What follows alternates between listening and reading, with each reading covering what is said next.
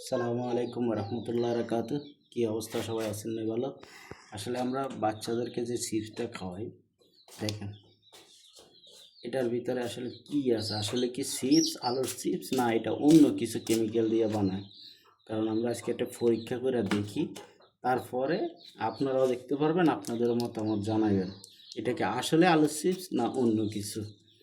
তো আমি আসলে প্যাকেটটা খুলে দেখি, আসলে আমি এটা নাম দেখাইতেছি না, অন্য একটা সমস্যা আছে, নাম দেখালে হয়তো কোম্পানি আমাদের বিরুদ্ধে কিছু একটা অ্যাকশনে যাইতে পারে। এই কারণে আসলে কোনো চিপসের নাম দেখানো যাবে না, এমনি দেখাইতেছি, আপনারা একটু দেখেন। ওকে,